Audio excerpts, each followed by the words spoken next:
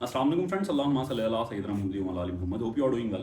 देखें, बहुत सारी इंपॉर्टेंट चीज़ें मैं हमेशा लिख लेता हूँ आप लोगों के लिए। आज भी कुछ चीज़ें लिखी हैं और लेके आया हूँ, और ये भी वीडियो भी बनाने में देर हो गई। आई एम सॉरी, पर मैं कोशिश कर रहा हूँ आपके मैं जल्दी बना लूँ वीडियोज़। आई नो आप लोगों को बड़ा इंतज़ार होता है मेरी वीडियोज़ का, और जो आप लोग मोहब्बत देते हैं सब्सक्राइब करके या मुझसे जो मोहब्बत रखते हैं उनका तहे दिल से शुक्रिया। तो स्टार्ट करते हैं। SPSC, SST और लेक्चरशिप के जो एग्ज़ाम्स हुए उसके आंसर की के ऊपर बात कर लेते हैं, और ये बात करते हैं कि जी जो रिज़ल्ट है वो कब तक एक्सपेक्टेड है, और कितना इसका मेरिट जो है लेक्चरशिप का या जो हमारे पास SST का है वो कहाँ तक जाने की उम्मीद है हमें। और इसके ऊपर पिटिशन भी एक दाखिल हुई है, उसके ऊपर भी मैं बात करता हूँ। वो बहुत ज़बरदस्त एक इम्पॉर्टेंट चीज़ है, और एक आपका जो मैं हमेशा बात कर रहा होता हूँ 3 डायमेंशनल थिंकिंग की, या जो आपको मैं कहता हूँ कि हमेशा तस्वीर के 2 रुख देखने चाहिए, वो क्या है वो उसके ऊपर भी बात करते हैं। देखिए, आंसर की स्टूडेंट्स की आ गई है, और बहुत सारे स्टूडेंट्स ने मुझे पर्सनली भी मैसेज किए कि सर हमारे इतने मार्क्स हैं, और कमेंट्स भी करते हैं। तो आप लोगों को 2 तरीके बताता हूँ कि हम लोगों ने मेरिट किस तरीके से पता पड़ेगा कहाँ तक जाएगा। पहला तरीका, ज़्यादातर लोग झूठ बोलते हैं कि जी मेरे 80 मार्क्स हैं, 75 मार्क्स हैं, 70 मार्क्स हैं। तो उन लोगों की बातों में आपने ध्यान नहीं देना, और अपने आप को नर्वस नहीं करना। मैं बहुत सारे ऐसे लोगों को जानता हूं जो कि बोलते हैं 75 मार्क्स हैं और आते उनके 35 मार्क्स भी नहीं है। तो इस बात को आपने जहन में नहीं रखना। तो हमारे पास कोई हार्ड एंड फास्ट रूल नहीं है कि किसी के हम मार्क्स चेक कर सकें जब तक ऑफिशियल रिजल्ट अनाउंस नहीं होता, पहली बात। दूसरी चीज़ ये कि अभी इस जैसे हमारा प्लेटफॉर्म है, इसके ऊपर कोई ऐसा बंदा नहीं है जो एक दूसरे को जानता हो। मतलब टू एंड फ्रो कम्युनिकेशन नहीं है आप लोगों की। तो मैं आप लोगों से रिक्वेस्ट करूंगा कि आप लोग आंसर की चेक करके, लेक्चरर्स की खास तौर पे और SST वाले भी, अगर आंसर की आ जाती है जब तक मैं ये वीडियो रिकॉर्ड करवा रहा हूँ, तो आप इस वीडियो के नीचे कमेंट कीजिएगा अपना ज़रूर मार्क्स, और प्लीज़ प्लीज़ प्लीज़ ऑनेस्ट होके कमेंट कीजिएगा, ताकि जो दूसरे स्टूडेंट्स हैं उनको थोड़ा सा अंदाजा हो जाए, और थोड़ा सा एंजाइटी लेवल, जो एक्साइटमेंट लेवल होता है स्टूडेंट्स का, उसको थोड़ा सा ठहराव मिल जाए। तो जहाँ तक मेरी बात है कि जो मुझे लगता है कि लेक्चरशिप्स के जो एग्जाम्स थे, इंग्लिश तो सर बहुत मुश्किल थी। इवन कि मैं अपनी बात बताऊँ तो मुझे ज़्यादातर जब भी मैंने कोई इंग्लिश के पेपर्स देखे हैं या किए हैं, तो 10 में से 8, 7, 9 तकरीबन आ रहे होते हैं।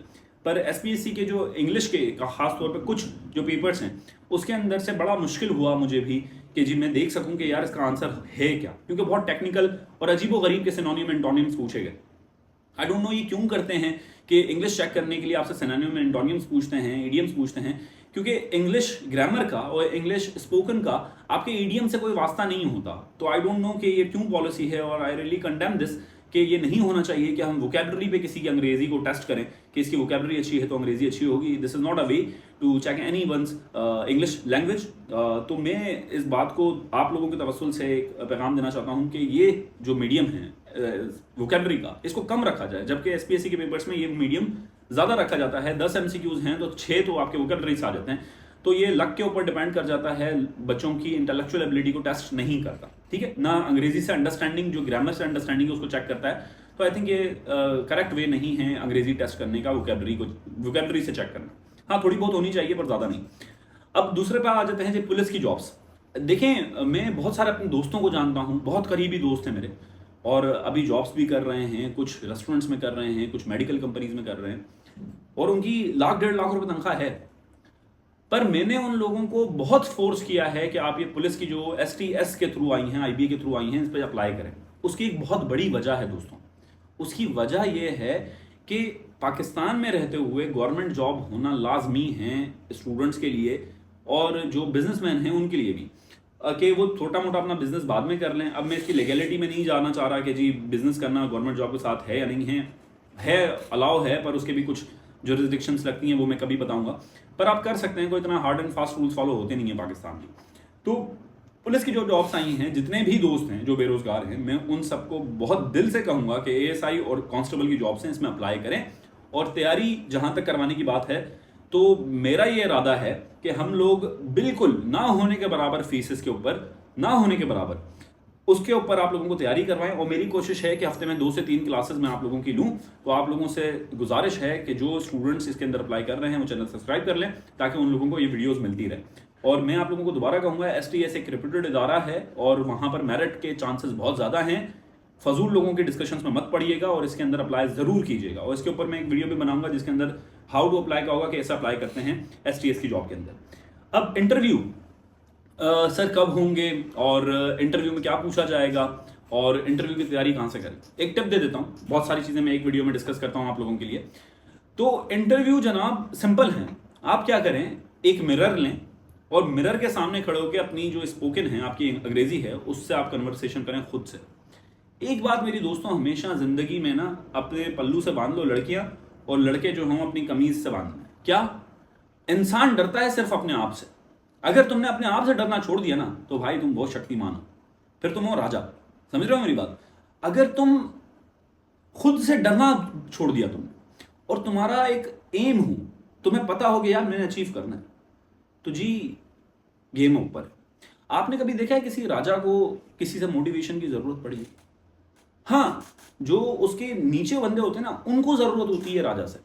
तो चाहे तुम कुछ भी कर रहे हो, अपना एटीट्यूड डेवलप करो और अपने आप को डेवलप करो। और सबसे पहली सीढ़ी, खासतौर पे जब आप अपने आप को पोर्ट्रे कर रहे होते हो इंटरव्यू में, वो आप खुद होते हो। तो पहले खुद से लड़ो, मिरर रखो सामने और मिरर से बातें करो अंग्रेजी के अंदर।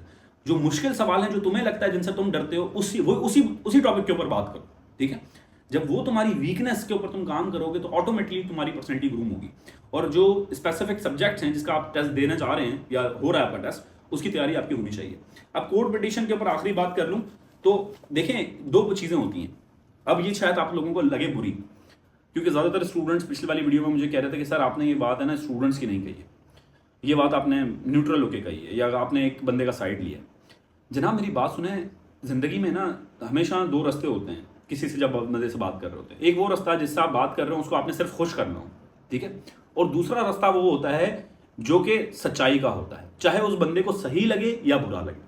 तो मैंने जब ये यूट्यूब चैनल स्टार्ट किया था तो मैंने एक बात अपने आप से वादा किया था कि चाहे मेरी ऑडियंस को अच्छा लगे या बुरा लगे, मैंने सीधी बात करनी है। तो जो ये कोर्ट की पिटीशन वाला मैटर है दोस्तों, इससे होगा क्या? इससे सर कुछ भी नहीं होगा, क्योंकि जो प्रूफ्स, जो पिटीशन मैंने देखी या जो मामला मैंने देखे, ऑब्जर्व किए, ऑथेंटिक प्रूफ नहीं है हमारे पास कि हम किसी को ये कह सकेंगे जी ये गलत है। आपका सिलेबस जो था ना, एसपीएससी ने जो सिलेबस दिया था दोस्तों, वो सिलेबस वेल डिफाइंड नहीं था। ये शोर जो मचा रहे हैं अभी, जो बहुत सारे टीचर्स मिलकर मचा रहे हैं, ये जब सो रहे थे, जब मैं ये बातें चीख रहा था कि वेल डिफाइंड सिलेबस होना चाहिए जिससे आप अगले बंदे को पकड़ सकेंगे। जी सिलेबस तो ये था कि तुम लोगों ने फिर कैसे एग्जाम बना लिया। सिलेबस के अंदर लिखा हुआ है फिजिक्स, केमिस्ट्री, मैथ्स, तो वो फिजिक्स, केमिस्ट्री, मैथ्स कहीं से भी दे सकते हैं। आप समझ रहे हैं मेरी बात?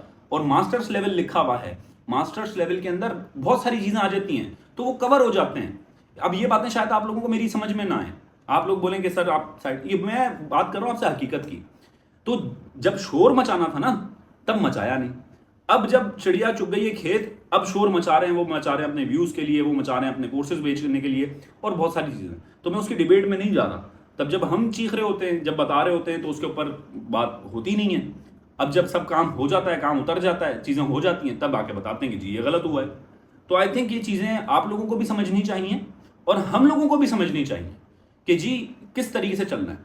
तो आई थिंक पिटीशन से एज सच कुछ होगा नहीं, अल्लाह करे हो जाए, चीजें सुधर जाए, मैं तो यही दुआ करूंगा।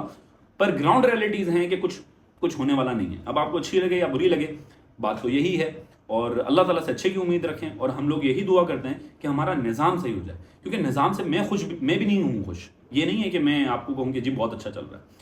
तो एक वैसे शेर भी है ना कि बर्बाद गुलिस्तां करने को बस एक ही उल्लू काफ़ी था, हर शाख पे उल्लू बैठा है, अंजाम गुलिस्तां क्या होगा। तो यहाँ पर मैं मानता हूँ कि ये है, पर इस चीज़ को हमने सही करना है, इस पर सिर्फ डिबेट नहीं करते रहना। तो आई होप आप लोगों को चीज़ें समझ में आ गई हैं और इन्फॉर्मेटिव वीडियो थी। अगर आप लोग मुझे देखते रहना चाहते हैं तो चैनल सब्सक्राइब कर लें। अपना बहुत ख्याल रखें, मुझे दुआओं में याद रखें। अल्लाह हाफ़िज़।